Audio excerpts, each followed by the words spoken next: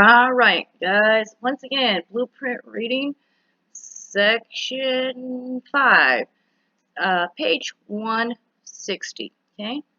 So it says, what tool can be used to align the vertical legs of item 1 if the space between the legs is either too wide or too narrow? So this is 48 inches, and maybe we need to make it smaller or larger. So what would we use? A straight edge? Doubt it. A C-clamp? Probably not big enough. So more than likely a steel bar clamp fixture. Those can get as large as I am, so it makes it a little bit easier.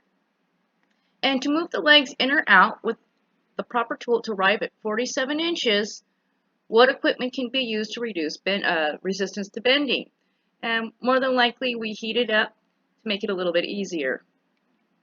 Okay. A temporary spacer, right here, is used to hold the parts to a dimension in a structural assembly, and we remove it after welding or at assembly. Okay.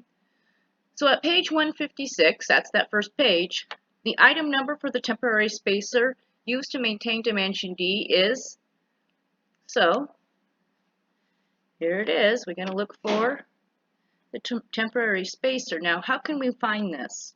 There's two different ways to look at it. We can look on the plan, and it points to this area right here, but sometimes we can be not certain. So once again, here's our bill of materials. And here it is, temporary spacer. Item number, double check our item number 8. Okay, what is dimension D, or the corresponding length of the spacer? So let's look at what the spacer is. The spacer is 1 by 1 by 47, large bar.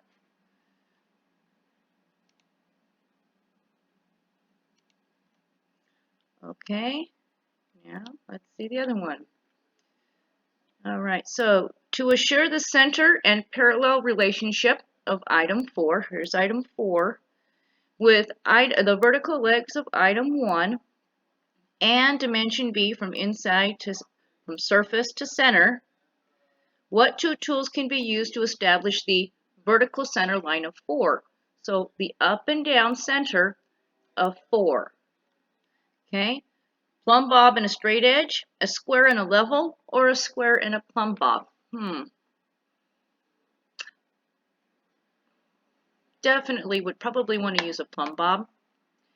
And yeah, probably in the real world we'd probably use a square, but I'm pretty sure it's plumb bob and straight edge. All right, items 3 are placed in position in item 1 in relation to item 1 and item 4.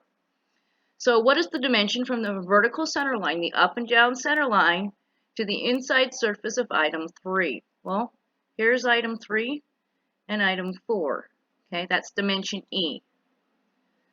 Measured with the plumb line in place and items 3 properly located on item 1, what would be the size? Okay, so now we go back to our page. Oh, wrong one. Come back here. All right. Let's make this smaller. Let's look for it. Okay, so we said from the inside edge to the center. So from the inside edge to the center, I believe it is this right here. Okay, let's go back. What is the horizontal dimension to be maintained between the inside surfaces of item 3, or dimension F?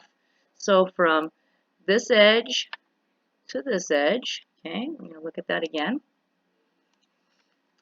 And from this edge to this edge, I believe, here is our extension, and here's what we're looking for.